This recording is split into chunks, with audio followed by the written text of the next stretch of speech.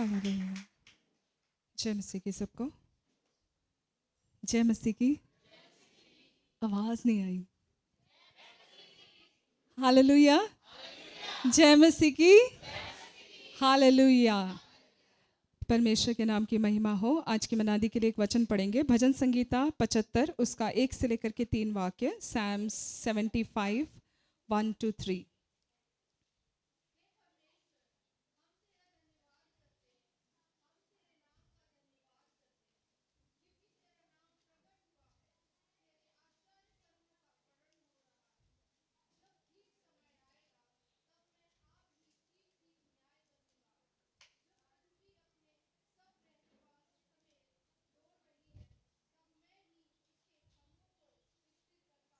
आमेन। Hallelujah. यहाँ पर जब हम देखते हैं, भजन संगीता लिखने वाला कहता है कि मैं परमेश्वर का धन्यवाद करूंगा क्योंकि वह उसका नाम निकट है। इंग्लिश में से लिखा हुआ हिज नेम इज नियर। वो हमारे करीब है। He is close. हालेलुया। जैसे हम भजन संगीता 46 में भी पढ़ते हैं कि यहोवा हमारा शरण स्थान और गढ़ है, संकट में अति सहज से मिलने वाला सहायक है। और इस वचन में हमने पढ़ा उसके पहले वाक्य में कि लोग तेरे आश्चर्य कर्मों का वर्णन करेंगे। हालेलुया। परमेश्वर जो अद्भुत कार्य हमारे जीवन में करता है, हालेलुया, परमेश्वर के नाम को हम महिमा देते हैं, उसके आश्चर्य कर्मों का हम वर्णन करते हैं। दुनिया भर में क्या कुछ हो रहा है, लेकिन उसके बीच में परमेश्वर ने हमें सुरक्षित रखा है, हमें जीवन दिया है, हालेलुया, बल दिया है कि आज हम आए और उसके नाम को महिमा दे सके। पिछले दिनों में जब वायनाड में जब वो लैंडस्लाइड्स हो रहे थे, मैं उन खबरों को देख रही थी। देखा भी नहीं जा रहा था कि कितने दुख में 6 गांव, पूरे गांव के गांव बह गए। हालेलुया। लेकिन परमेश्वर इसके बीच में अपने लोगों को सुरक्षा दे रहा है। हालेलुया। प्रार्थना करें कंटिन्यूसली वायनाड के लिए, हिमाचल प्रदेश, बिहार, उड़ीसा, इन जगहों के लिए। और जब हम इन बातों को देखते हैं, हम जानते हैं कि इन सब फ्लड्स के ऊपर भी परमेश्वर का सामर्थ्य है। हालेलुया। और परमेश्वर से प्रार्थना करें कि इस समय में किसी का विश्वास टूटने ना पाए, परमेश्वर लोगों को बल देने पाए। जहाँ पर वहाँ पर जो भी कार्य हो रहा है, उसके बीच में एक परमेश्वर का एक अद्भुत हाथ वहाँ पर होने पाए। लोग महसूस करने पाए कि एक जिंदा खुदा है जो बचाने वाला है, जो छुड़ाने वाला है, जो सच्चा है। हालेलुया। और खासकर हमारे देश में लोग जान पाए यीशु मसीह के सच्चाई को। हालेलुया, कि वो ही जिंदा खुदा है। एफिसियों की पत्री और इसी अध्याय के जब हम तीसरे वाक्य में पढ़ते हैं, वहाँ पर उसके दूसरे और तीसरे वाक्य में, जब ठीक समय आएगा तब मैं आप ही ठीक ठीक न्याय करूँगा। परमेश्वर कहता है कि जब समय आएगा वो खुद ही ठीक ठीक न्याय करने वाला परमेश्वर है। और जब पृथ्वी अपने सब रहने वालों समेत डोल रही है, तब मैं ही उसके खंभों को स्थिर करता हूँ। He is the one who holds the pillars of the earth. Hallelujah. जिस प्रकार से ये बिल्डिंग को, ये जो खंबे हैं वो मजबूत रखते हैं, ये खंबे जब तक मजबूत नहीं होंगे ये बिल्डिंग स्ट्रांग नहीं रह सकता है। उसी प्रकार से इन खंबों को भी, जो पृथ्वी के खंबे हैं, उसे भी स्थिर करने वाला, उसे भी थामने वाला परमेश्वर है हमारा परमेश्वर। जब हम जान जाते हैं कि हमारा परमेश्वर कौन है, वो हमें आगे बढ़ने के लिए हिम्मत देता है। और आत्मिक मल्लयुद्ध, जिस विषय में प्रभु के दास भी पिछले हफ्ते बता रहे थे, यहाँ पर आत्मिक मल्लयुद्ध में, हालेलुया, हम आगे बढ़ पाते हैं। हमारा जीवन एक आत्मिक मल्लयुद्ध है। यद्यपि हम आम जीवन जी रहे हैं, लेकिन आत्मा में जब हम देखें तो हम एक आत्मिक मल्लयुद्ध में हैं। और उसमें हमें अगर आगे बढ़ना है, परमेश्वर कौन है, हमारा परमेश्वर जिसकी हम आराधना करते हैं, वो हमें हियाव देता है, कॉन्फिडेंस देता है आगे बढ़ने के लिए। एफिसियों की पत्री 6 अध्याय उसके 10 से लेकर के 13 वाक्य पढ़ेंगे। Efficiency chapter 6 10 to 13। इफिसियों 6 अध्याय और उसकी 10 आयत से लेकर 13 आयत। इसलिए प्रभु में और उसकी शक्ति के प्रभाव में बलवंत बनो, परमेश्वर के सारे हथियार बांध लो कि तुम शैतान की युक्तियों के सामने खड़े रह सको। क्योंकि हमारा ये मलयुद्ध लहू और मांस से नहीं, परंतु प्रधानों से और अधिकारियों से और इस संसार के अंधकार के हाकिमों से और इस दुष्टता की आत्मिक सेनाओं से है जो आकाश में है। आमेन, हालेलुया। तो यहाँ पर हम देखते हैं कि पौलुस कहता है इफिसियों की कलीसिया से कि प्रभु में और उसके शक्ति के प्रभाव में क्या करो, बलवंत बनो। हालेलुया। ये समय है जब हमें परमेश्वर के सामर्थ्य में क्या करना है, बलवंत बनना है और उसके शक्ति के प्रभाव में। Hallelujah. Be strong in the Lord and in the power of his might. Hallelujah. इस समय में जब कलीसिया परमेश्वर के उस बल को धारण करेगी, उसके सामर्थ्य को, उसके सामर्थ्य के प्रभाव को अपने जीवन में महसूस करेगी, तो परमेश्वर अनेक विजय को कलीसिया के लिए परमेश्वर ने इन दिनों में रखा है। जब दुनिया डर में है, जब दुनिया खौफ में है, एक ऐसी पीढ़ी को, एक ऐसे जनता को परमेश्वर ने अपने लिए रख छोड़ा है। एलिया एक समय में परमेश्वर से प्रार्थना करता है कि परमेश्वर, जब करमेल पहाड़ में वो घटना घटती है कि जहाँ पर परमेश्वर का आग उतर आता है, वो कहता है कि परमेश्वर मैं अकेला बचा हूँ जो तुझे पुकार रहा हूँ। लेकिन परमेश्वर उससे कहता है कि नहीं नहीं, तू अकेला नहीं है, मैंने 7,000 और लोगों को, हालेलुया, रखा हुआ है जो बाल के सामने कभी घुटना नहीं टेके हैं। हालेलुया। आपको लग रहा होगा कि हम माइनॉरिटी हैं, हम कम लोग हैं, लेकिन परमेश्वर ने अपने लिए इस देश में एक झुंड को खड़ा कर रखा है जो, हालेलुया, दुष्ट के सामर्थ्यों के आगे नहीं झुकते हैं, जो परमेश्वर की आवाज को सुनते हैं और जिनके द्वारा परमेश्वर इस देश में अपनी महिमा को ऐसी परिस्थितियों में जहां लोगों के मन में डर है, परमेश्वर दर्शाएगा कि वो कौन है, वो अपने सामर्थ्य को प्रकट करेगा। और यहाँ पर जैसे हमने पढ़ा, परमेश्वर के सारे हथियार बांध लो कि तुम शैतान की युक्तियों के सामने क्या कर सको, खड़े रह सको। शैतान की युक्तियों के सामने भागना नहीं है, लेकिन खड़े रहना है, और तब परमेश्वर आपको विजय देने वाला। आप सोचिए, एक रणभूमि में अगर एक सैनिक दुश्मन को देख करके भाग जाए तो क्या उसे जय मिलेगा? नहीं। आज अनेक विश्वासी ऐसे ही करते हैं। जब भय आता है, जब परेशानी आती है, जब दुख आते हैं तो गायब हो जाते हैं या भाग जाते हैं या डर जाते हैं। लेकिन उस समय में अपने आत्मिक हथियारों को बांधना है। यदि आप घर जाकर के पढ़ेंगे, और वैसे आप सबको पता है हमारे आत्मिक हथियार क्या है। इसी अध्याय के 10वें वाक्य से लेकर के 18 वाक्य जब आप पढ़ते हैं तो वहां पर लिखा हुआ है, सत्य से अपने कमर को कसना है, धार्मिकता का झीलम पहन करके, उद्धार का टोप और सुसमाचार के मेल के जूते, उद्धार का,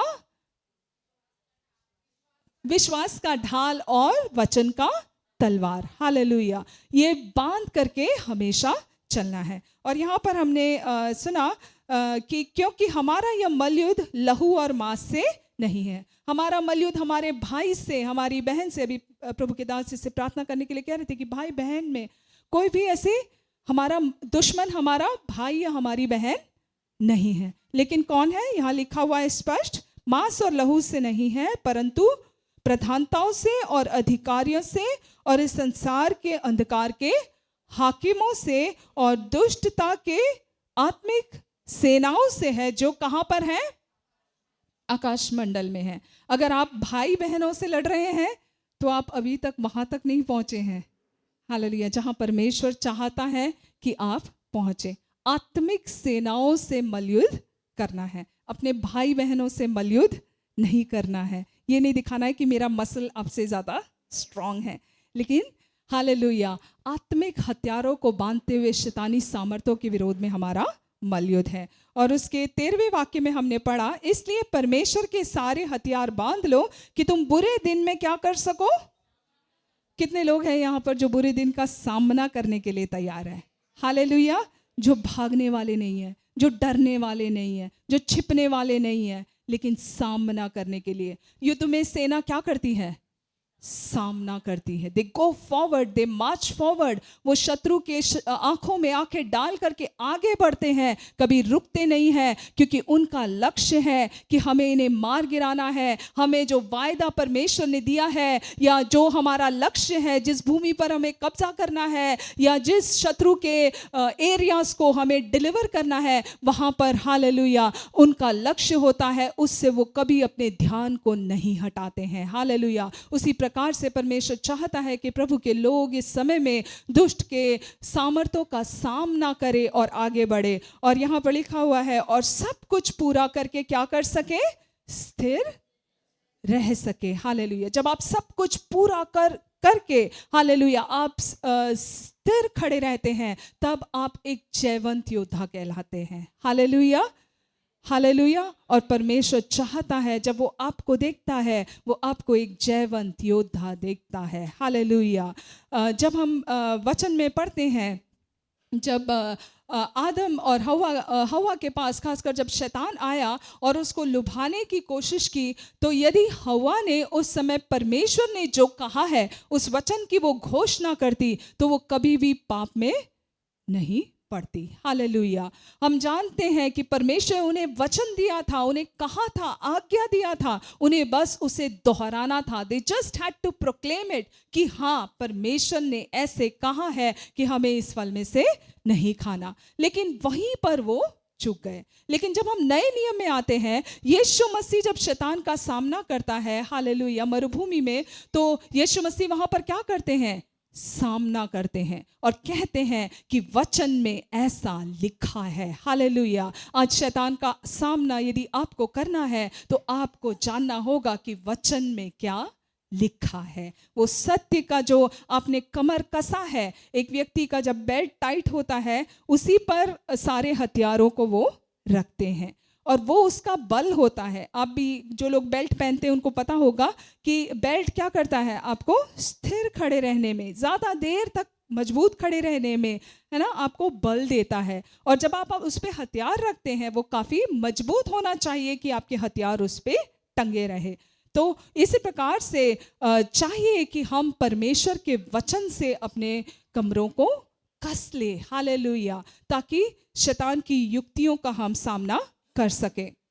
यीशु मसीह ने जिस प्रकार से सामना किया, हालेलुया, बाकी जितने भी हथियार यहाँ पर मेंशन्ड है इस एफिसियों की 6 अध्याय में, वो सब हमारे डिफेंस के लिए है। केवल एक ही ऑफेंसिव वेपन है, एक ही हथियार है जिससे हम वार कर सकते हैं। बाकी सारे हथियार हमारे बचाव के लिए है। और जो वार करने वाला वेपन होगा, अगर वो धार वाला नहीं होगा तो क्या होगा?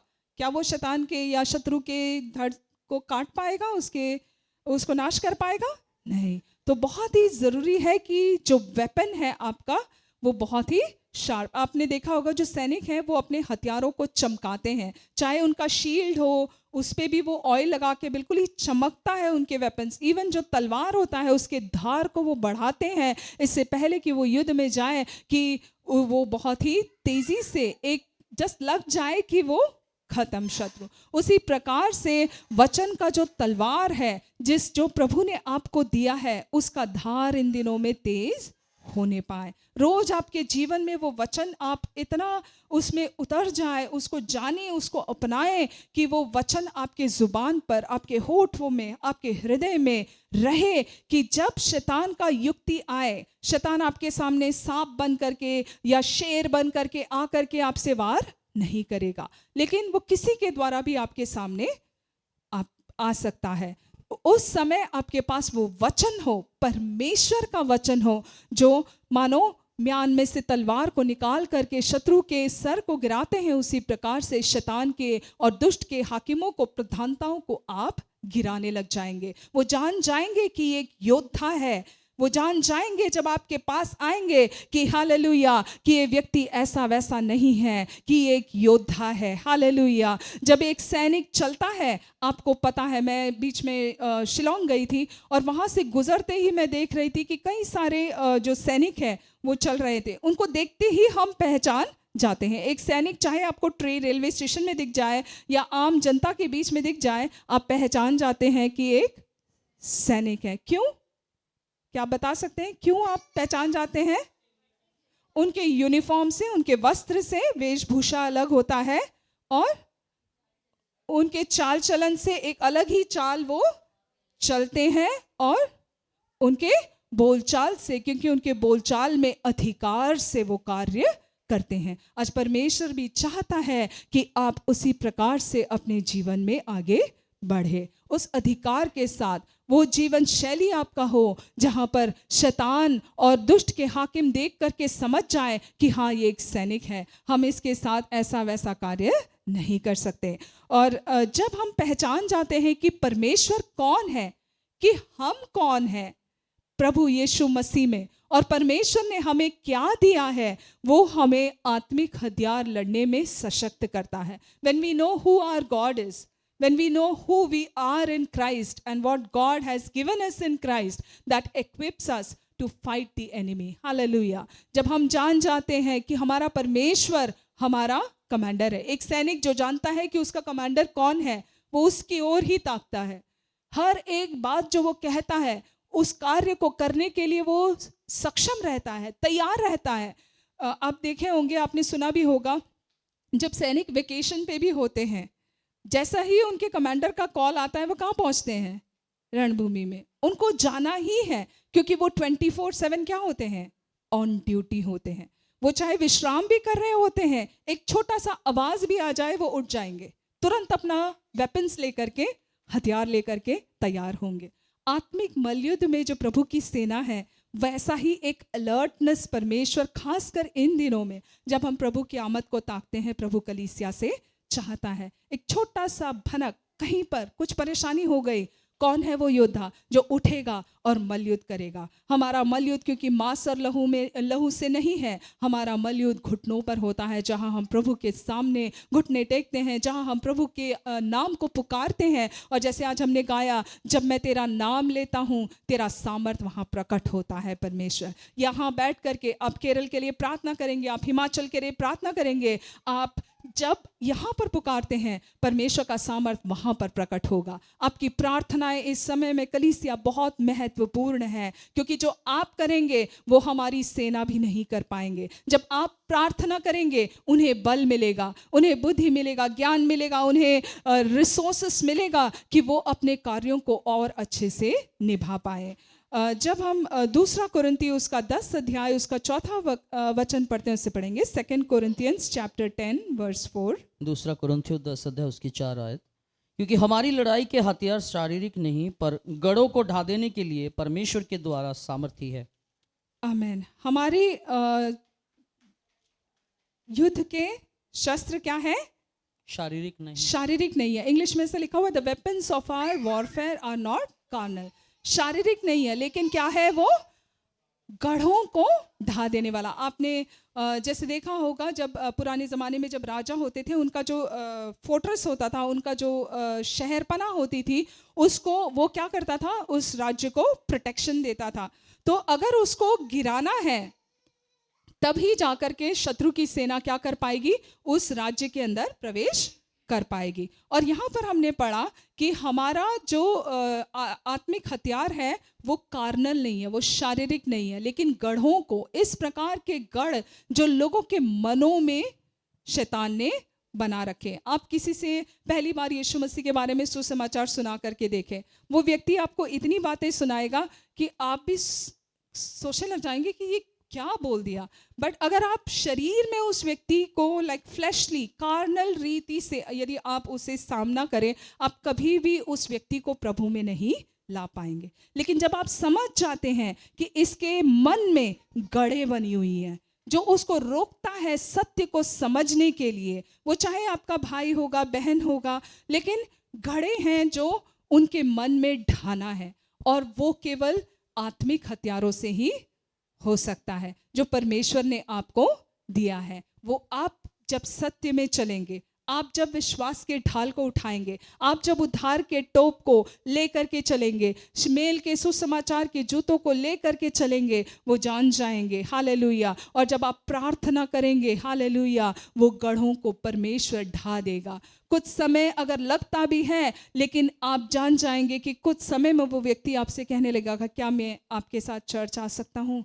कि क्या भाई आप मेरे लिए प्रार्थना कर सकते हैं, मेरी ये परेशानी है। और तब वो आपको मौका है कि आप उनको सुसमाचार, मसीह कौन है, मसीह ने उनके लिए क्या किया है, आप उनको उन वचनों को दे सकते हैं। और धीरे धीरे करके उस परमेश्वर के वचनों में आप उस व्यक्ति को बढ़ा सकते हैं। इसी प्रकार से हम उन कार्नल नहीं, वरन कि उस व्यक्ति के जीवन में उस आत्मा के या जीवन के वचनों को हम बोल सकते हैं, जो उस व्यक्ति के जीवन में परमेश्वर के छुटकारे के कार्य को होते हुए हम देख पाए। और जब हम भजन संगीता 118 उसका 23 वाक्य पढ़ते हैं, उसमें लिखा है, ये तो यहोवा की ओर से हुआ है, ये हमारी दृष्टि में अद्भुत है। आमेन, हालेलुया। ये तो यहोवा की ओर से हुआ है। इंग्लिश में ऐसा है, this is the Lord's doing and it is marvellous in our eyes. जब आप परमेश्वर के जिस प्रकार से मैंने शुरू में कहा कि जब आप परमेश्वर को जान जाते हैं, जब आप जान जाते हैं कि आप कौन है और परमेश्वर ने आपको क्या दिया है, तो आप आत्मिक मलयुद्ध में आगे बढ़ सकते हैं और इक्विप हो जाते हैं, आप सशक्त हो जाते हैं। उसी प्रकार से जब आप परमेश्वर को जानते हैं, परमेश्वर के वचन को पहचानते हैं, तो आप सत्य को पहचानने लग जाते हैं। जब आपसे कोई झूठ बोल रहा है तो आप उसको पहचानने लगते हैं, क्योंकि आपको पता है कि सत्य क्या है। पिछले दिनों में एक बहन ने कहा कि किसी ने मुझसे कहा कि छिड़काव का बपतिस्मा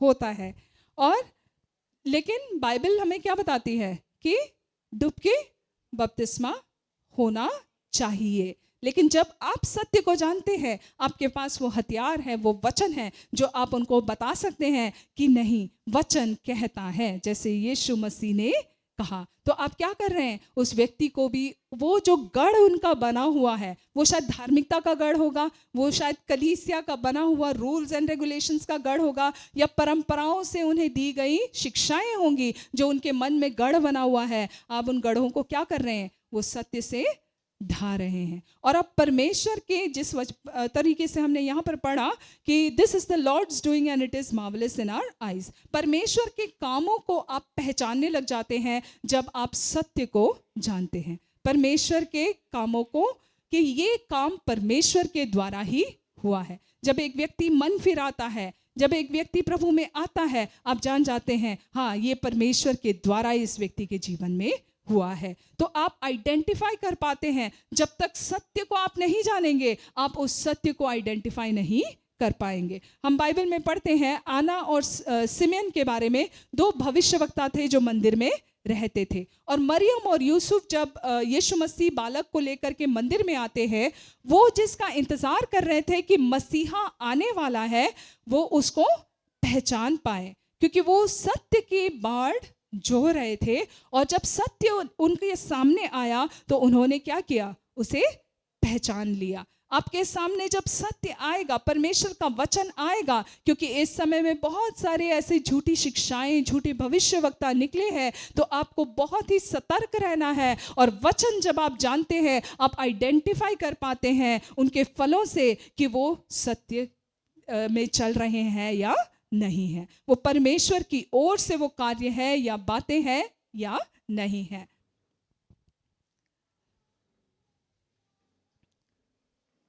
कृपया बच्चों को संभालें।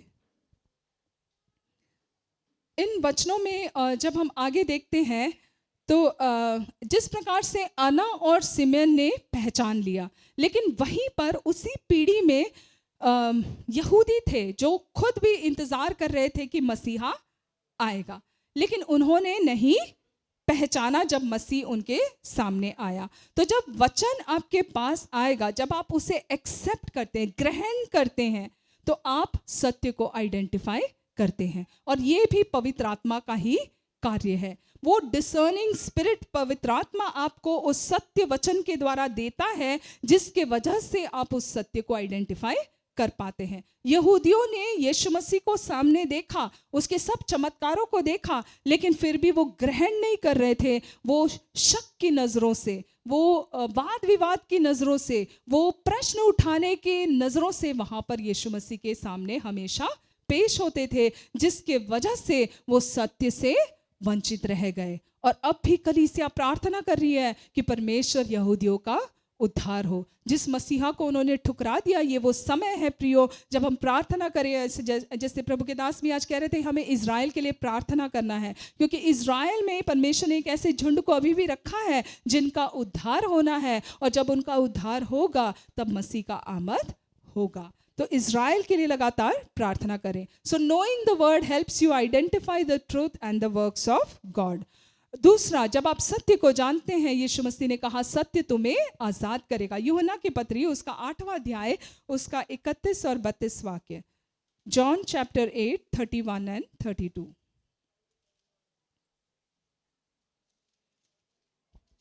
तब यीशु ने उन यहूदियों से जिन्होंने उस पर विश्वास किया था, कहा, यदि तुम मेरे वचन में बने रहोगे तो सचमुच मेरे चेले ठहरोगे, तुम सत्य को जानोगे और सत्य तुम्हें स्वतंत्र करेगा। आमीन, हालेलुया। तो यहाँ पर यीशु मसीह यहूदियों से कहते हैं कि यदि तुम मेरे वचनों को जानोगे तो तुम क्या करोगे? सचमुच मेरे चेले ठहरोगे। जब तक वचन को नहीं जानेंगे, उस वचन के सत्य को यीशु मसीह स्वयं जो है उसको हम नहीं जानेंगे, तब तक हम परमेश्वर के उस चेले नहीं कहला सकते। और लिखा हुआ है तुम सत्य को जानोगे तो सत्य तुम्हें क्या करेगा? उससे पहले क्या वो आजाद नहीं थे? क्या लोगों ने उनको जंजीरों में बांध रखा था? तो ये कौन सा स्वतंत्रता की बात हो रही है?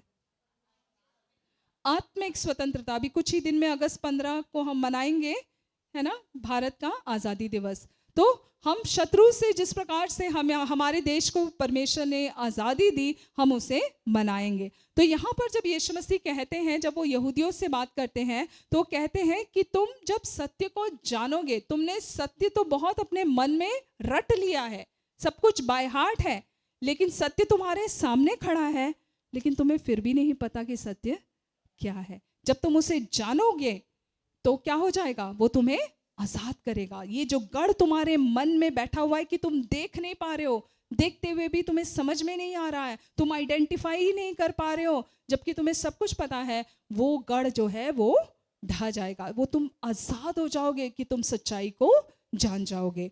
और यहाँ पर जब हम आगे पढ़ते हैं, जब दानियल की किताब में हम आते हैं, वहाँ पर हम पढ़ते हैं कि जब दानियल ने वचनों को पढ़ा, he was able to identify the times. जब आप वचन को जानते हैं, सबसे पहला हमने देखा, जब आप वचन को जानते हैं, आप सत्य को पहचानने लग जाते हैं और परमेश्वर के कामों को पहचानने लगते हैं। दूसरा, जब आप सत्य को जानते हैं तो सत्य आपको क्या करता है? आज़ाद करता है। तीसरा, जब आप सत्य को जानते हैं तो आप समयों को पहचानने लग जाते हैं, जैसे कि दानियल ने पहचाना। दानियल की किताब उसका 9वां अध्याय, उसके 2 से लेकर के 6 वाक्य पढ़ेंगे। दानियल 9 अध्याय 2 से 6 आयत तक। उसके राज्य के पहले वर्ष में मुझ दानियल ने शास्त्र के द्वारा समझ लिया कि यरूशलेम की उजड़ी हुई दशा यहोवा के उस वचन के अनुसार जो यिर्मयाह नबी के पास पहुंचा था, कुछ वर्षों के बीतने पर अर्थात 70 वर्ष के बाद पूरी हो जाएगी। तब मैं अपना मुख प्रभु परमेश्वर की ओर करके गिड़गिड़ाहट के साथ प्रार्थना करने लगा और उपवास कर टाट पहनकर राख में बैठकर वरदान मांगने लगा। मैंने अपने परमेश्वर यहोवा से इस प्रकार प्रार्थना की और पाप का अंगीकार किया, हे प्रभु, तू महान और भययोग्य परमेश्वर है और अपने प्रेम रखने और आज्ञा मानने वालों के साथ अपनी वाचा को पूरा करता और करुणा करता है। हम लोगों ने तो पाप, कुटिलता, दुष्टता और बलवा किया है और तेरी आज्ञाओं और नियमों को तोड़ दिया है। तेरे जो दास नबी लोग हमारे राजाओं, हाकिमों, पूर्वजों और सब साधारण लोगों से तेरे नाम से बातें करते थे, उनकी हमने नहीं सुनी। बस यहाँ पर हम देखते हैं कि दानियल ने जब वचन को पढ़ा, उसको समझ में आया कि जो यिर्मयाह भविष्यवक्ता ने भविष्यवाणी की थी, वो उसका जो समय है कि 70 साल बाद यरूशलेम की उजड़ी हुई अवस्था को परमेश्वर पुनः स्थापित करेगा, उसका समय आ चुका है। हालेलुया। जब आप वचन को पढ़ते हैं तो आप वचन के द्वारा समझने लग जाते हैं कि इस पीढ़ी में परमेश्वर का क्या समय है। अब हम क्लॉक को देखते हैं, अब 12 बजने वाला है, तो हमें पता है कि अब थोड़ी देर में चर्च खत्म होने वाला है, लंच टाइम आने वाला है। उसी प्रकार से जब हम परमेश्वर के वचन को पढ़ते हैं, हम परमेश्वर के समयों को समझने लग जाते हैं। जब आप इसमें इसके स्किलफुल हो जाएंगे, जब आप इसमें ये आप इसको अच्छे से पहचानने लग जाएंगे, आप इसमें घुल मिल जाएंगे, तो आप यूं ही समझ जाएंगे कि हाँ, ये परमेश्वर के वचन में लिखा हुआ है, यहाँ पर प्रभु ने ऐसा कहा है। आप लोगों को बता पाएंगे, जो लोग व्याकुल हो रहे हैं, समझ नहीं पा रहे हैं, आप उनको समझा पाएंगे। यहाँ पर दानियल क्या कर रहा है? उन बातों को समझ पा रहा है और उसके बाद नेक्स्ट क्या लिखा हुआ है? वो परमेश्वर के सामने विनती कर रहा है। वो जाके भाग करके वहाँ पर बड़ा वो भवाल नहीं मचा रहा है, लेकिन क्या कर रहा है? जिसके वचनों को उसने समझा, वो उसी के पास जा रहा है और क्या कर रहा है? ये लोग जो समझ नहीं पा रहे हैं, वो उनके लिए क्या कर रहा है? बिछवई कर रहा है और परमेश्वर से माफ़ी मांग रहा है, फॉरगिवनेस मांग रहा है उनके पापों के लिए कि परमेश्वर तो उन्हें क्षमा कर, क्योंकि हमने तेरे नबियों की बात को नहीं माना, हमने समयों को नहीं जाना। हालेलुया, तू हमारे लोगों को क्षमा कर। और जब परमेश्वर उनकी अवस्थाओं को बदलने लग जाता है तो परमेश्वर भी दानियल से बातें करने लगता है। और जब दानियल घुटना टेकता है, स्वर्ग उसके लिए खुल जाता है। जब हम उसके इसी अध्याय के 17 से लेकर के 27 वाक्य जल्दी से पढ़ेंगे, 17 to 27। हे हमारे परमेश्वर, अपने दास की प्रार्थना और गिड़गिड़ाहट सुनकर अपने उजड़े हुए पवित्र स्थान पर अपने मुख का प्रकाश चमका।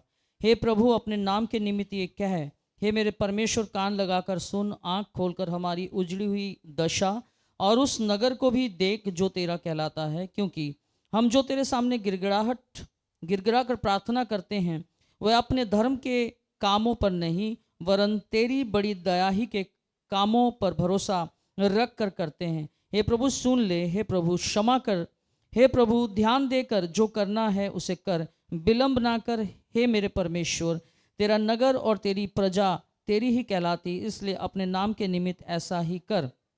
इस प्रकार मैं प्रार्थना करता और अपने अपने इजरायली जाति भाइयों के पाप का अंगीकार करता हुआ अपने परमेश्वर यहोवा के सन्मुख उसके पवित्र पर्वत के लिए गिड़गिड़ा कर विनती करता ही था। तब वह पुरुष जिब्राइल, जिसे मैंने उस समय देखा जब मुझे पहले दर्शन हुआ था, उससे बेग से उड़ने की आज्ञा पाकर सांझ के अन्नबलि के समय मुझको छू लिया और मुझे समझाकर मेरे साथ बातें करने लगा। उसने मुझसे कहा, हे दानियल, मैं तुझे बुद्धि और प्रवीणता देने को अभी निकल आया हूँ। जब तू गिड़गिड़ा कर विनती करने लगा तब ही इसकी आज्ञा निकली, इसलिए मैं तुझे बताने आया हूँ, क्योंकि तू अति प्रिय ठहरा है। इसलिए उस विषय को समझ ले और दर्शन की बात का अर्थ जान ले।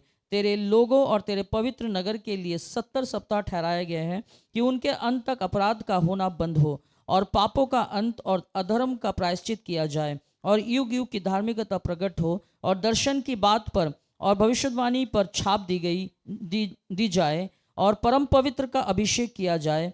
इसलिए ये जान और समझ ले कि यरूशलेम को फिर बसाने की आज्ञा के निकलने से लेकर अभिषिक्त प्रधान के समय तक 7 सप्ताह बीतेंगे। फिर 62 सप्ताह के बीतने पर चौक और खाई समेत वह नगर कष्ट के समय में फिर बसाया जाएगा। उन 62 सप्ताहों के बीतने पर अभिषिक्त पुरुष काटा जाएगा और उसके हाथ कुछ न लगेगा और आने वाले प्रधान की प्रजा नगर और पवित्र स्थान को नष्ट तो करेगी, परंतु उस प्रधान का अंत ऐसा होगा जैसा बाढ़ से होता है, तो भी उसके अंत तक लड़ाई होती रहेगी, क्योंकि उसका उजड़ जाना निश्चय ठान लिया गया है। वह प्रधान 1 सप्ताह के लिए बहुतों के संग दृढ़ बाचा बांधेगा, परंतु आधे ही सप्ताह के बीतने पर वह मेलबलि और अन्नबलि को बंद करेगा और कंगुरे पर उजाड़ने वाली घृणित वस्तुएं दिखाई देंगी और निश्चय ही ठनी हुई बात के समाप्त होने तक परमेश्वर का क्रोध उजाड़ने वाले पर पड़ा रहेगा। आमीन। तो यहाँ पर जब दानियल प्रार्थना कर रहा है, स्वर्ग खुल रहा है और जो स्वर्गदूत है जिब्राइल है वो एक्शन पे उतर रहा है।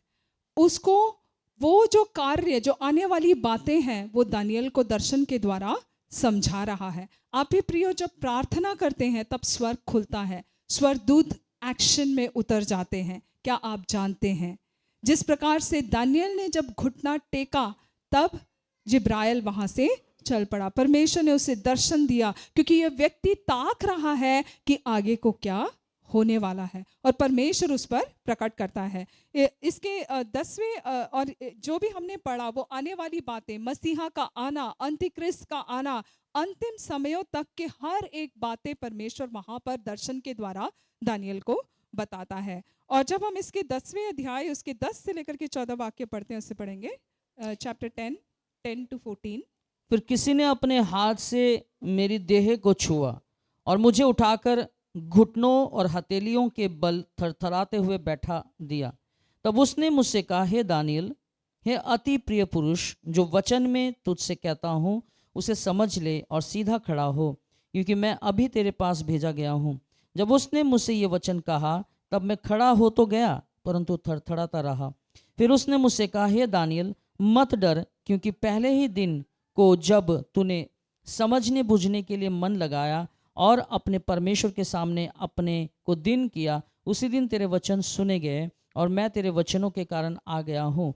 फारस के राज्य का प्रधान 21 दिन तक मेरा सामना किए रहा, परंतु मिकाएल को मुख्य प्रधानों में से है, वह मेरी सहायता के लिए आया, इसलिए मैं फारस के राजाओं के पास रहा। और अब मैं तुझे समझाने आया हूँ कि अंत के दिनों में तेरे लोगों की क्या दशा होगी, क्योंकि जो दर्शन तूने देखा है वह कुछ दिनों के बाद पूरा होगा। आमेन, हालेलुया। यहाँ पर जिब्राइल जो दूत है वो दानियल से कहता है, हे दानियल, हे अति प्रिय पुरुष, जो वचन मैं तुझसे कहता हूँ उसे समझ ले और सीधा खड़ा हो, क्योंकि मैं अभी तेरे पास भेजा गया हूँ। अभी जब वो घुटना टेक रहा है तभी क्या हो रहा है, वो स्वर्गदूत उसके पास आ रहा है, तब तक नहीं आया। एंड वो एक कुंजी है कि जब हम प्रार्थना करते हैं तब स्वर्गदूत उतरते हैं, तब वो कार्य करने लगते हैं। जिन प्रार्थना विषयों को आप परमेश्वर के सामने उठाते हैं उसका जो समाधान होगा वो यहाँ पर जैसे दानियल के लिए उस समय क्या समाधान है वो लेकर के वो स्वर्गदूत उसके पास उतरा हुआ है उस आंसर के साथ, हालेलुया, जो युगों के लिए परमेश्वर करने जा रहा है। और जब हम जैसे हमने वचन में आज देखा कि जब आप प्रार्थना करते हैं या आप वचन को जानते हैं तो आप आइडेंटिफाई कर पाते हैं समयों को आप पहचानने लग जाते हैं। चौथा है, it will help you speak life and truth in every circumstances. जब आप सत्य को जानते हैं हर एक परिस्थिति में आप सत्य बोलना शुरू करेंगे। आप हर एक परिस्थिति में परमेश्वर का सच आपकी परिस्थितियों के ऊपर घोषणा करने लगेंगे। हालेलुया। कई बार मैंने यहाँ से भी कहा है कि घोषणा करना बहुत ही महत्वपूर्ण है। जब हम बाइबल में पढ़ते हैं दूसरा राजा उसका 4 अध्याय उसका 25 और 26 वाक्य पढ़ेंगे, वहाँ पर शुनामी जो स्त्री है वो और एलीशा के बारे में एक घटना वहाँ पर हम देखते हैं। और जब इस घटना को हम देखते हैं तो वो जो स्त्री है उसका बेटा मर चुका है, लेकिन जब एलीशा नबी के पास वो पहुंचती है और एलीशा नबी उससे पूछता है कि सब कुछ ठीक है तो वो क्या जवाब देती है, हम पढ़ेंगे। दूसरा राजा 4 अध्याय 25 और 26 आयत, 2 किंग चैप्टर 4 25 एंड 26। तो ये चलते चलते करमल पर्वत को परमेश्वर के भक्त के निकट पहुंची। उसे दूर से देखकर परमेश्वर के भक्त ने और अपने सेवक गहेजी से कहा, देख उधर तो वह सुनमिन है, अब उससे मिलने को दौड़ जा और उससे पूछ कि तू कुशल से है, तेरा पति भी कुशल से है और लड़का भी कुशल से है। पूछने पर स्त्री ने उत्तर दिया, हाँ कुशल से है। आमीन। उसका लड़का क्या हो चुका है, मर चुका है। कोई माँ ऐसे बोलेगी, लेकिन ये माँ कैसे विश्वास रखती है, वो किस वचन को उसने अपनाया है, उसने कैसे परमेश्वर को जाना है कि परिस्थिति विपरीत होते हुए भी वो क्या कह रही है कि हाँ सब कुछ कुशल है। वो घोषणा कर रही है उसका मिरेकल होने से पहले कि हाँ, क्योंकि मैं परमेश्वर को जानती हूँ। जो वचन परमेश्वर ने मुझे दिया है, जब मेरे पास कोई संतान नहीं था, एक बांझ स्त्री को परमेश्वर ने एक पुत्र दिया है, अब वो मर भी गया है, तो मैं परमेश्वर पे भरोसा करती हूँ कि हाँ वो कुशल से है, उसको कुछ नहीं हुआ है। क्या वो झूठ बोल रही थी? नहीं, लेकिन वो अपनी परिस्थिति में परमेश्वर के सच को वो अपना रही थी, वो उसकी घोषणा कर रही थी, वो उसकी गवाही दे रही थी, जिसको वो अभी थोड़ी ही देर में उस मृत शरीर को वो जीवित होते हुए देखने जा रही थी। हालेलुया। जब आप वचन को जानते हैं ये आपका घोषणा होगा, आप सत्य की घोषणा करने लगेंगे। आपकी विपरीत परिस्थितियां जो समझ के परे हैं, जहां पर असंभव है, वहां पर आप परमेश्वर के जीवन की घोषणा करने लग जाएंगे। अब्राहम भी जब उस पहाड़ पे चढ़ता है इसहाक को लेकर के बलि चढ़ाने के लिए, तो वो अपने सेवक से क्या कहता है कि मैं और बालक हम जा करके आराधना चढ़ा करके हम वापस आएंगे। वो घोषणा कर रहा है उस मिरेकल का जो परमेश्वर उसके जीवन में करने जा रहा है। मैं विश्वास करती हूँ कि वो खुद से नहीं कर रहा है, और यह उस स्त्री ने भी खुद से नहीं किया होगा, लेकिन वो वचन में आत्मा में ऐसे चल रहे हैं कि अब वो नहीं, लेकिन आत्मा उनके द्वारा वो गवाही दे रही है कि हाँ, हम जाकर हम लौट आएंगे, हाँ, सब कुछ कुशल है। हालेलुया। परमेश्वर का वचन आपको सत्य की घोषणा करने के लिए, और जो आपका मिरेकल जो आप देखने जा रहे हैं उसको घोषणा करने के लिए पवित्र आत्मा आपको सामर्थ देता है। हालेलुया। अगला है कि it will help you live your redemption. आपका जो छुटकारा है उसे जीने के लिए, हालेलुया, जब आप वचन को जानते हैं वो आपकी सहायता करता है। जैसे कि हमने शुरू में पढ़ा इफिसियों की पत्री 1 अध्याय उसके 7वें वाक्य में, और 1 कुरिन्ती 1 अध्याय उसके 30वें वाक्य में हम इसे देखते हैं। पढ़ेंगे उसे, एफिशियंस 1:7। कोई निकाले 1 Corinthians 1:30। हमको उसमें उसके लहू के द्वारा छुटकारा अर्थात अपराधों की क्षमा उसके उस अनुग्रह के धन के अनुसार मिला है। हमें उसके लहू के द्वारा अपराधों का क्षमा मिला है। अगला 1 कुरिन्ती 1 अध्याय 30वां वाक्य, 1 Corinthians 1:30।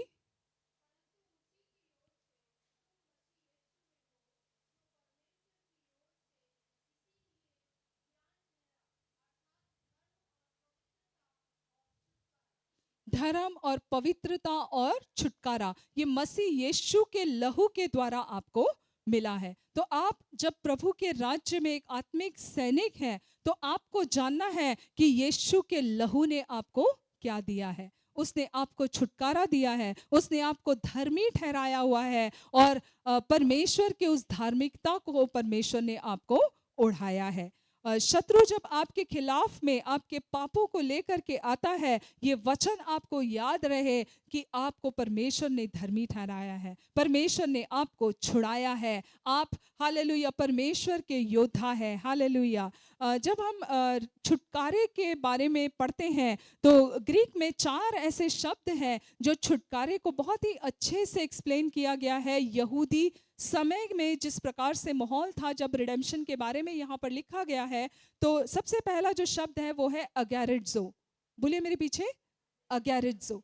अगैरिट्जो का मतलब है कि मार्केट में जाकर खरीदना। हाँ, जब यहूदी समय में लोग गुलामों को मार्केट में बेचते थे और उन पर बोली लगाते थे, और जब किसी को कोई गुलाम को खरीदना होता था, वो जा करके उस गुलाम को जांचते थे, उसके मुंह को खोलते थे, उसके दांतों को देखते थे। अगर उसका दांत अच्छा है मतलब वो गुलाम अच्छा है, मतलब हेल्थ वाइज अच्छा है। वो उसको मारते थे, थप्पड़ मारते थे, उसको लात मारते थे, उसके ऊपर थूकते थे, ये देखने के लिए कि ये कितना सह सकता है, ये कैसा प्रतिक्रिया करेगा। और यदि किसी को वो गुलाम पसंद आ जाए तो उस गुलाम को लेने के लिए वो बहुत ही ऊंचा दाम देने के लिए भी तैयार हो जाता था। और जब वो ऐसे जो ऑक्शनर्स थे, जो बोली लगाने वाले थे, वो देखते थे कि हाँ, ये गुलाम को कोई खरीदने वाला है क्योंकि ये बहुत अच्छा एक गुलाम है, सहनशील है, तो वो क्या करते थे, उसको बहुत ही ऊंचे दाम पर वो बेचते थे। तो जब हम इन बातों को समझते हैं, मसीह ने जो हमारे लिए किया है उसे समझने की, उसकी जो गंभीरता है उसको और गहराई से हम समझ पाते हैं। तो पहला शब्द हमने देखा अगैरिट्जो, उसका मतलब है कि मार्केट में जा करके, स्लेव मार्केट में जा करके खरीदना। दूसरा है एक्सगैरिट्जो। एक्सगैरिट्जो मतलब उस स्लेवरी से छुड़ाना, कि उसको दाम दे करके उस गुलाम को क्या कर लिया, खरीद लिया, परचेज कर लिया। यीशु मसीह ने वैसे ही, जब यीशु मसीह इस पृथ्वी पर आए, हम पाप के गुलाम में थे, मनुष्य पाप के गुलाम में जब था, प्रभु ने तरस खा करके अपने लहू को दे करके उसने हमें क्या कर लिया, खरीद लिया। और जब एक गुलाम को कोई खरीदते हैं तो फिर वो उसका बन जाता है, उस मालिक का बन जाता है। अब मालिक चाहे जैसा भी चाहे उस गुलाम को वो इस्तेमाल कर सकता है। उसने बोला उठो तो उठना है, बैठो तो बैठना है, इस प्रकार से कि उसका अपना कोई भी इच्छा फिर नहीं है। जिस दिन वो बिक गया उस दिन उसकी इच्छाएं खत्म, वो अपने लिए मानो मर चुका। उसी प्रकार से यीशु मसीह ने हमें परचेस कर लिया, एक बहुत ऊंचा दाम दे करके उस गुलामी से मनुष्य को छुड़ा लिया। एक्सगैरिट्जो, स्लेवरी से अब उसका वो स्लेवरी क्या बन गया, एक्स बन गया, अब वो उसका नहीं है, अब वो इस मालिक का है, परमेश्वर का है। तीसरा शब्द है लुट्रो। लुट्रो का मतलब है to set a captive free by payment of a ransom. Ransom, जो मैं कह रही थी कि एक बोली पर दाम लगा करके देना। यीशु मसीह ने, हम वचन में पढ़ते हैं कि ऐसा वैसा कोई दाम नहीं चुकाया, लेकिन अपने खुद के लहू के द्वारा उसने हमें खरीद लिया। इतना बड़ा दाम उसने हमारे लिए चुकाया है। और चौथा शब्द हम देखते हैं कि अपोलोट्रोसिस, उसका मतलब है कि to pay a ransom in order to return us to the former state. एक मतलब दाम दे करके जो पिछले, जो खोया हुआ है उसका उसका मान सम्मान, एक गुलाम का कोई मान सम्मान नहीं होता, वो एक गुलाम है, एक स्लेव है, लेकिन उसको उसके स्टेटस को, फुल स्टेटस को लौटा देना। यीशु मसीह ने क्रूस पर जब अपने आखिरी बूंद लहू को हमारे लिए चुकाया, तो उसने पुत्र और पुत्री होने का उस स्टेटस में हमें पहुंचा दिया। ये हमारे व्हाट्सएप स्टेटस जैसा नहीं है, ये स्वर्ग का स्टेटस है जो परमेश्वर ने आपको दिया है कि आप उसके पुत्र हैं, उसकी पुत्रिया है। तो 4 शब्द आज हमने देखा। सबसे पहला अगैरिज्जो। अगैरिज्जो का अर्थ क्या देखा हमने कि मार्केट में जाकर के खरीदना। दूसरा एक्सगैरिज्जो, गुलामी से छुड़ाना। तीसरा हमने देखा लुटरो, टू पे अ रैंसम, कि एक बहुत बड़ा दाम चुकाना। और चौथा हमने देखा अपोलोट्रोसिस, उसका मतलब है कि उसको पुनः स्थापित करना, उसको इस प्रकार से उठाना कि जो कुछ उसका खोया हुआ है उसको लौटा करके देना। और यीशु मसीह ने यही हमें जब छुड़ाया क्रूस पर, तो यही कार्य हमारे लिए किया। और जब हम छुड़ाए गए, प्रभु ने हमें खरीदा, हमारे लिए जो दाम चुकाना था उसने पूरा दाम चुकाया और उसने हमें पुनः स्थापित कर दिया। और जब एक सैनिक या एक योद्धा जान जाता है कि उसके लिए कितना बड़ा दाम चुकाया जाता है, वो उतना ही आभारी होता है, क्योंकि वो उसके मूल्य को समझने लग जाता है। जब मसीह ने हमें आज़ाद किया, उसने अपने खून के द्वारा आज़ाद किया। जैसे कि हमने एफिसियों 1 के 7 में पढ़ा, हमने पहला कुरिन्ती 1 के 30 में पढ़ा, हम पढ़ेंगे कोलोसियों 1 का 12 से लेकर के 14 वाक्य। कोलोसियों 1 12 से 14। कुलुसियों की पत्री 1 अध्याय 12 से 14 आयत।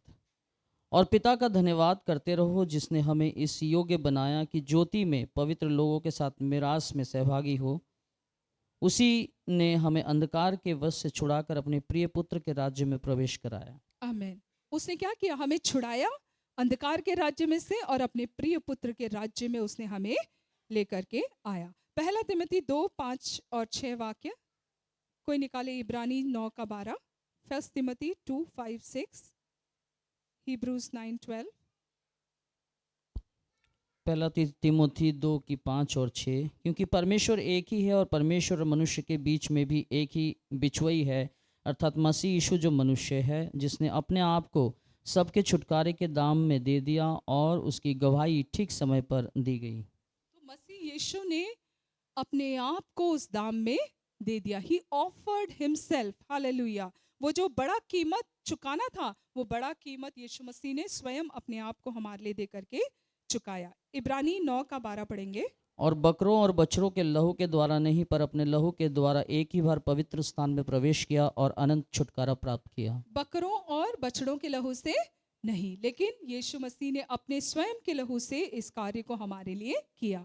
और ये लहू कैसा है? ये जीविता है और आज भी बोलने वाला लहू है। हम पढ़ेंगे इब्रानियों 12 उसका 22 से लेकर के 24 वाक्य। हर बार जब आप प्रार्थना करते हैं, आप पुकारते हैं, हे अब्बा, हे पिता, स्वर्ग में वो लहू बोलता है। जब आप यीशु के लहू को पुकारते हैं, वो लहू स्वर्ग में गवाही देता है कि हाँ, यीशु मसीह कहते हैं कि हाँ, मेरे लहू के द्वारा छुड़ाया गया मेरा ये बेटा, मेरी ये बेटी पुकार रहा है या पुकार रही है। आगे पढ़ेंगे। सच तो यह है कि व्यवस्था के अनुसार प्राय सब वस्तुएं लहू के द्वारा शुद्ध की जाती है, और बिना लहू बहाए पापों की क्षमा नहीं। इसलिए अवश्य है कि स्वर्ग में की वस्तुओं के प्रतिरूप इन बलिदानों के द्वारा शुद्ध किए जाए, पर स्वर्ग में की वस्तुएं स्वयं इनसे उत्तम बलिदानों के द्वारा शुद्ध की जाती, क्योंकि मसीह ने उस हाथ के बनाए हुए पवित्र स्थान में, जो सच्चे पवित्र स्थान का नमूना है, प्रवेश नहीं किया, पर स्वर्ग ही में प्रवेश किया, ताकि हमारे लिए अब परमेश्वर के सामने दिखाई दे। आमेन, हालेलुया। यीशु मसीह स्वयं अपने लहू को लेकर के उस अति पवित्र स्थान में प्रवेश किए। जबकि पाप के बलिदान के लिए जो महायाजक थे, वो साल में एक बार प्रवेश करते थे। पहले अपने पापों के लिए, फिर लोगों के पापों के लिए वो बलिदान चढ़ाते थे। लेकिन यीशु मसीह ऐसा महायाजक नहीं है जो स्वयं अपने आप को उसने कुर्बान किया, अपना ही लहू लेकर के वो पिता के उस अति पवित्र स्थान में प्रवेश किया और हमारे लिए वो दाम उसने चुका दिया। उसके कुलोसियों की पत्री पहला अध्याय उसके 13 और 14 वाक्य में जब हम पढ़ते हैं तो वहाँ हम पढ़ते हैं कि यीशु के लहू के द्वारा परमेश्वर ने हमें शैतान का जो डोमिनियन है, उसका जो राज्य है, परमेश्वर ने हमें उससे छुड़ाया है। पढ़ेंगे। उसी ने हमें अंधकार के वश से छुड़ाकर अपने प्रिय पुत्र के राज्य में प्रवेश कराया, जिसमें हमें छुटकारा अर्थात पापों की क्षमा प्राप्त होती है। आमेन। परमेश्वर ने हमें छुटकारा दिलाया। तो आप पूछेंगे फिर हम शैतान से मलयुद्ध क्यों करते हैं जब परमेश्वर ने हमें छुटकारा दिया? क्या आपने कभी सोचा है हम क्यों मलयुद्ध करते हैं? जब परमेश्वर ने हमें छुड़ा दिया है, फिर भी हम आत्मिक हथियारों को बांधे हुए हमें शैतान के विरोध में खड़े होने के लिए कहा गया है। क्यों?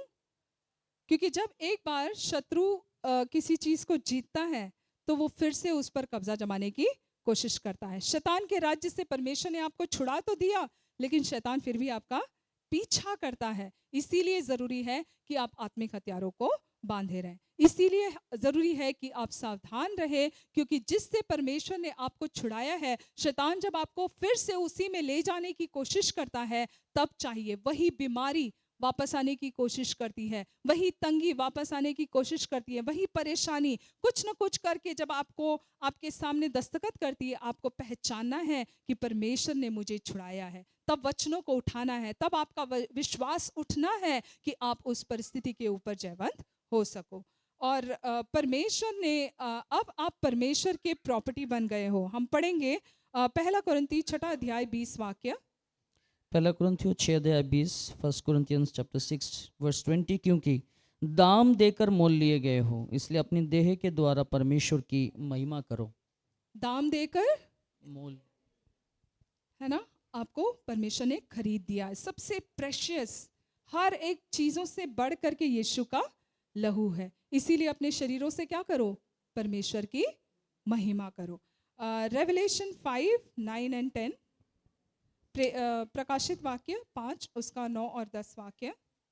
वह ये नया गीत गाने लगे, तू इस पुस्तक के लेने और इसकी मुहरें खोलने की योग्य है, क्योंकि तूने बद्ध होकर अपने लहू से हर एक कुल और भाषा और लोग और जाति में से परमेश्वर के लिए लोगों को मोल लिया है और उन्हें हमारे परमेश्वर के लिए एक राज्य और याजक बनाया, और वह पृथ्वी पर राज्य करते हैं। आमीन। पर यीशु मसीह ने क्या किया? उस दाम को दे करके हर एक कुल में से, हर एक भाषा में से, हर एक राज्य में से अपने लिए लोगों को मोल लिया है। हालेलुया। और जब हम गलातियों की पत्री तीतुस की पत्री उसका दूसरा अध्याय 14 वाक्य पढ़ेंगे।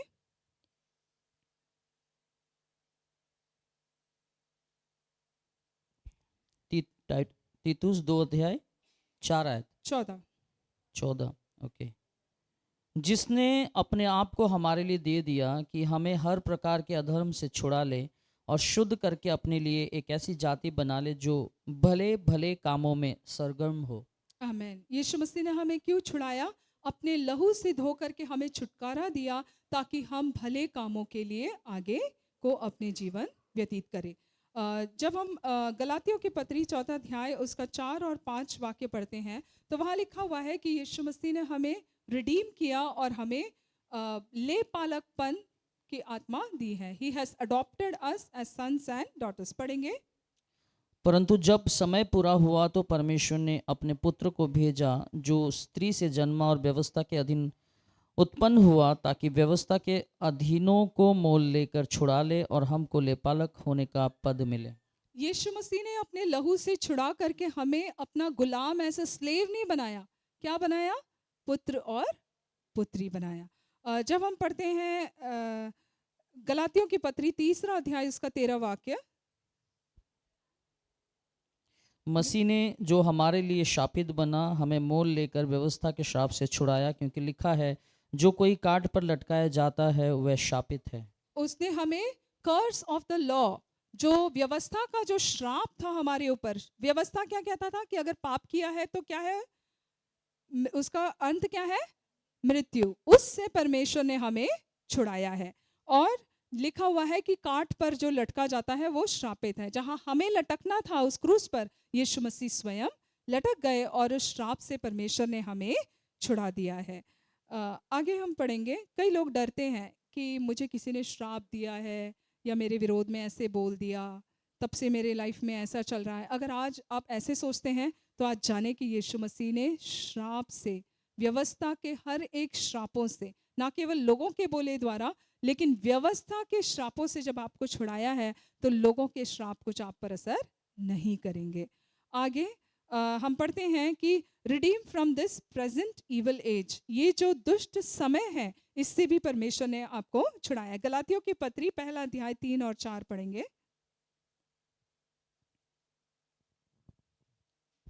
परमेश्वर पिता और हमारे प्रभु यीशु मसीह की ओर से तुम्हें अनुग्रह और शांति मिलती रहे।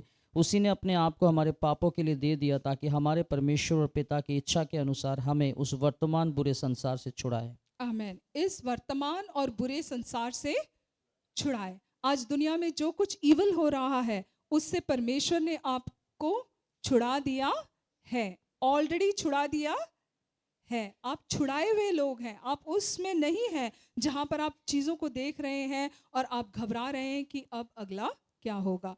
जैसे तीतुस में भी हमने पढ़ा कि उसने आपको हर एक अधर्म के कामों से क्या कर दिया है, छुड़ा दिया है। कोई भी अधर्म का कार्य आपके ऊपर कोई हुकूमत नहीं रख सकता। आपके पास आ सकता है, वो आपको इन्फ्लुएंस कर सकता है, लेकिन वो आपके ऊपर कब्जा नहीं जमा सकता है क्योंकि उससे प्रभु ने आपको छुड़ा दिया है। He has redeemed you from every lawless deed. He has redeemed you from this present evil age.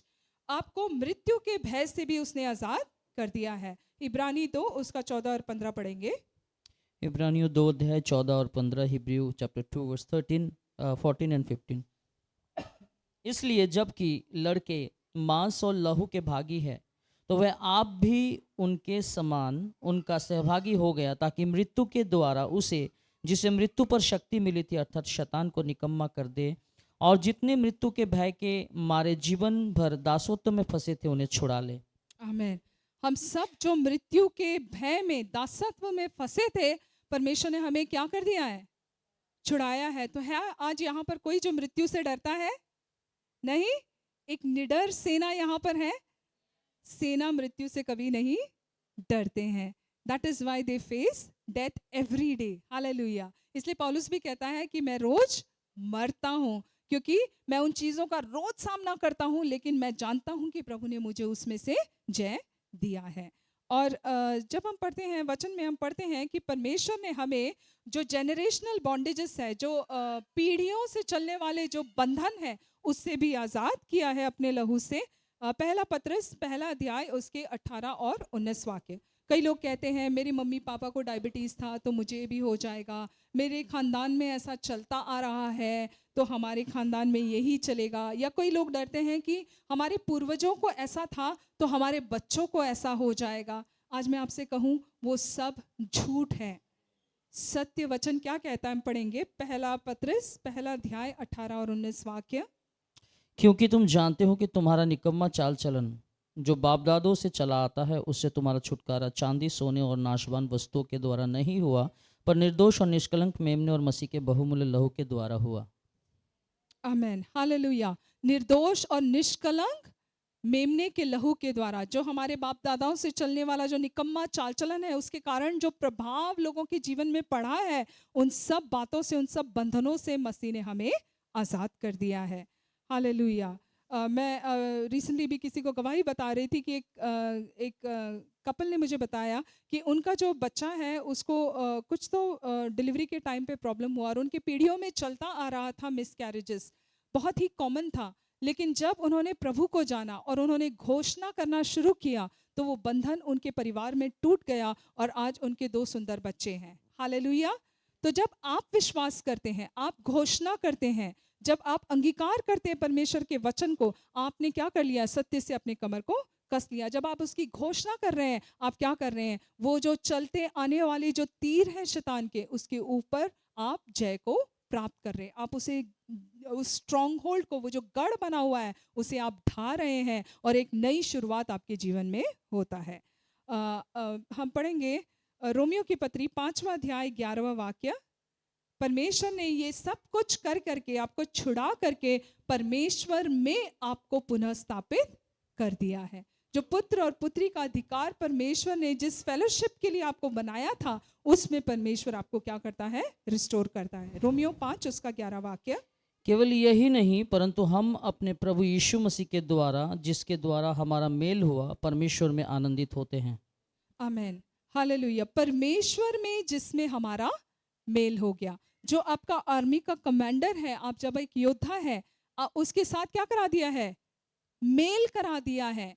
Hallelujah, कि आप उसके संग हो करके इस आत्मा में आगे बढ़ सको। हालेलुया। जब हम वचन को पढ़ते हैं इसी अध्याय के, तो हम देखते हैं कि मेल कराना, इंग्लिश में ऐसा शब्द है रिकंसिलिएशन। परमेश्वर ने हमें रिकंसिलिएशन के लिए बुलाया है। एक और शब्द वहां पर इस्तेमाल किया गया है कि अटोनमेंट। अटोनमेंट का मतलब है कि कीमत चुकाना, इक्वल कीमत चुकाना। जैसे पुराने ज़माने में या अब भी जब बिजनेस लोग करते हैं तो क्या करते हैं? किसी चीज़ को जब बेचते हैं तो उसका इक्वल कीमत में वो पैसा लेते हैं, तब जाकर के वो एक्सचेंज पूरा होता है। उसके लिए ग्रीक में एक शब्द इस्तेमाल किया गया है कैटलागे।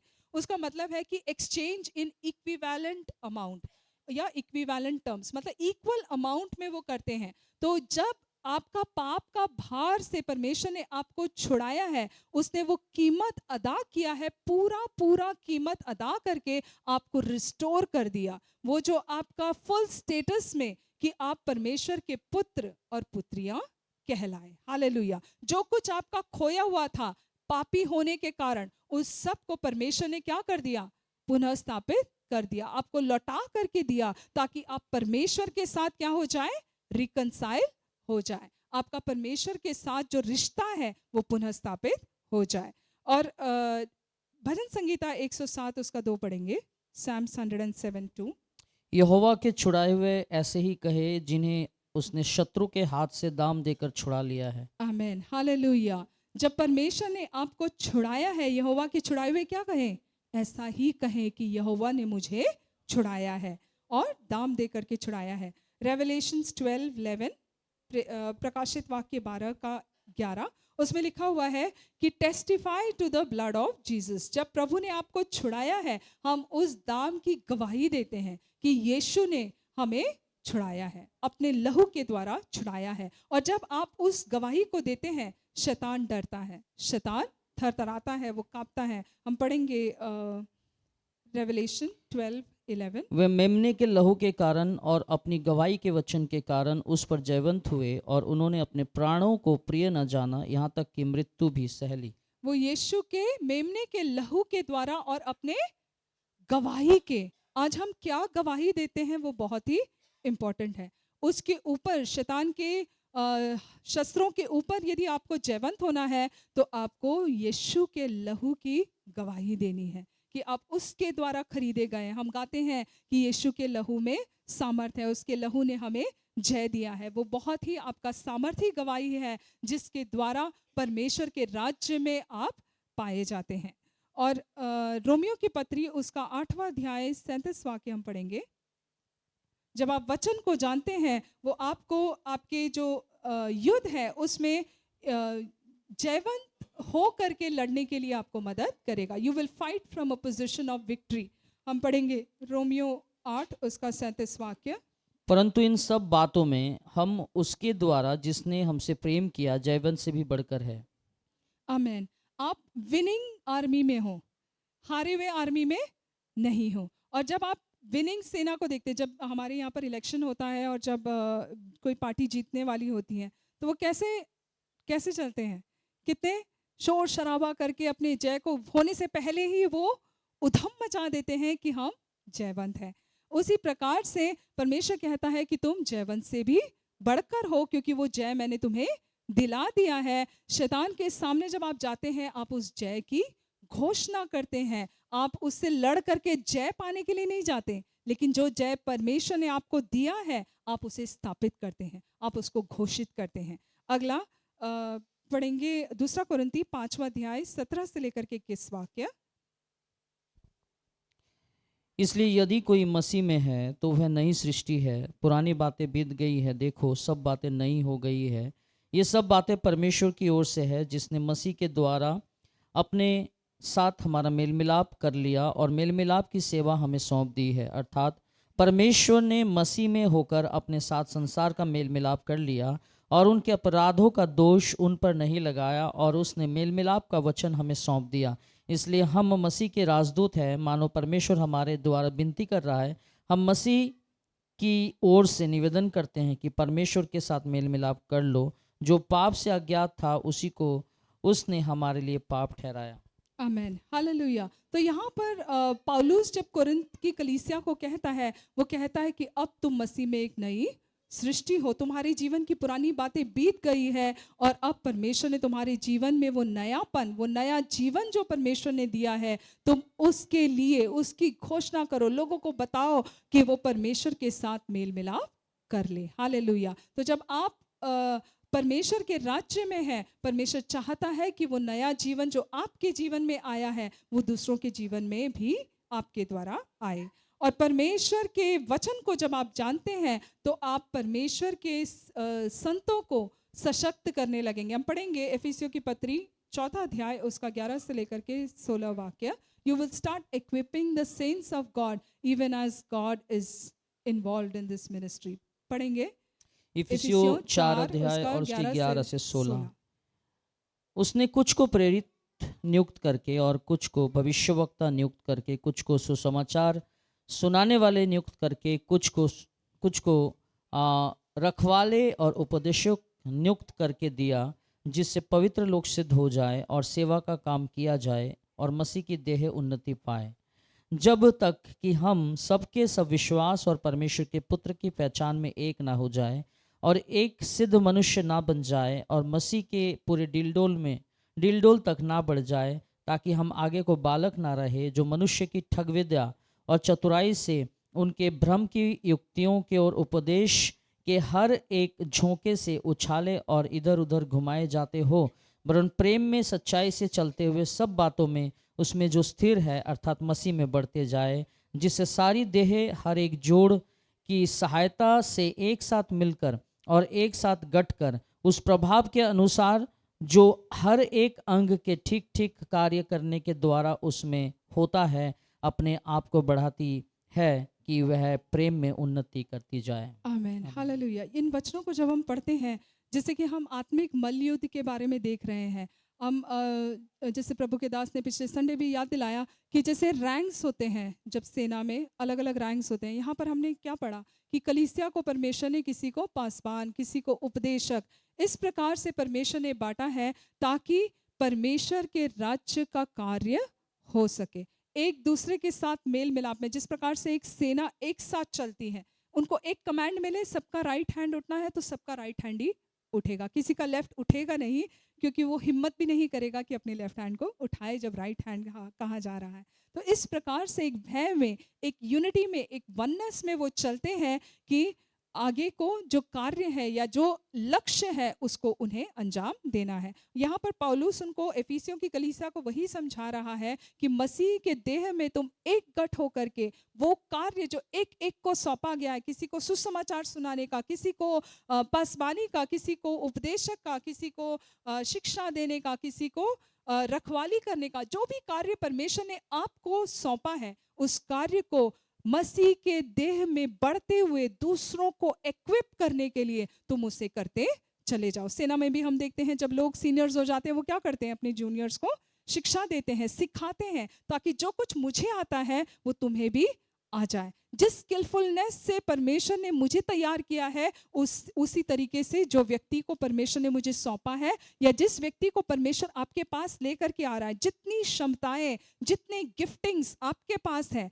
वो उस व्यक्ति के पास जब तक नहीं होता उसके साथ मेहनत करना, उसके साथ उसको प्रशिक्षण देना, उसको सिखाना, बढ़ाना, ये कार्य परमेश्वर ने कलीसिया को सौंपा है। तो आज 7 बातों को हमने यहाँ पर देखा है कि एक जब आप परमेश्वर के वचन को जानते हैं और एक योद्धा है, तो सबसे पहला जब आप वचन को जानते हैं तो परमेश्वर का वचन आपको सत्य को पहचानने के लिए, you will identify the truth and the works of God. Second, the truth will set you free. तीसरा हमने देखा कि it you will identify the times. चौथा हमने देखा कि you will speak life and truth in every circumstance. हर एक परिस्थिति में आप सत्य के और घोषणा करने लग जाएंगे। और पांचवा हमने देखा कि प्रभु ने जो आपको छुड़ाया है आप उसे जीने लग जाएंगे। वो केवल बाइबल में लिखा हुआ एक वचन नहीं, लेकिन वो आपका जीवन शैली बनने लग जाएगा। छठा हमने देखा कि आप अपने युद्धों को जयवंत होकर के लड़ेंगे। You will fight your battles from a winning position. और सातवां हमने देखा कि मसीह की देह को सशक्त करने में आप लौलीन रहेंगे। You will equip the saints of God. आइए हम अपने स्थानों पर खड़े हो जाएं। हालेलुया। अपने जीवनों को समर्पित करें। हालेलुया। आज कई सारी बात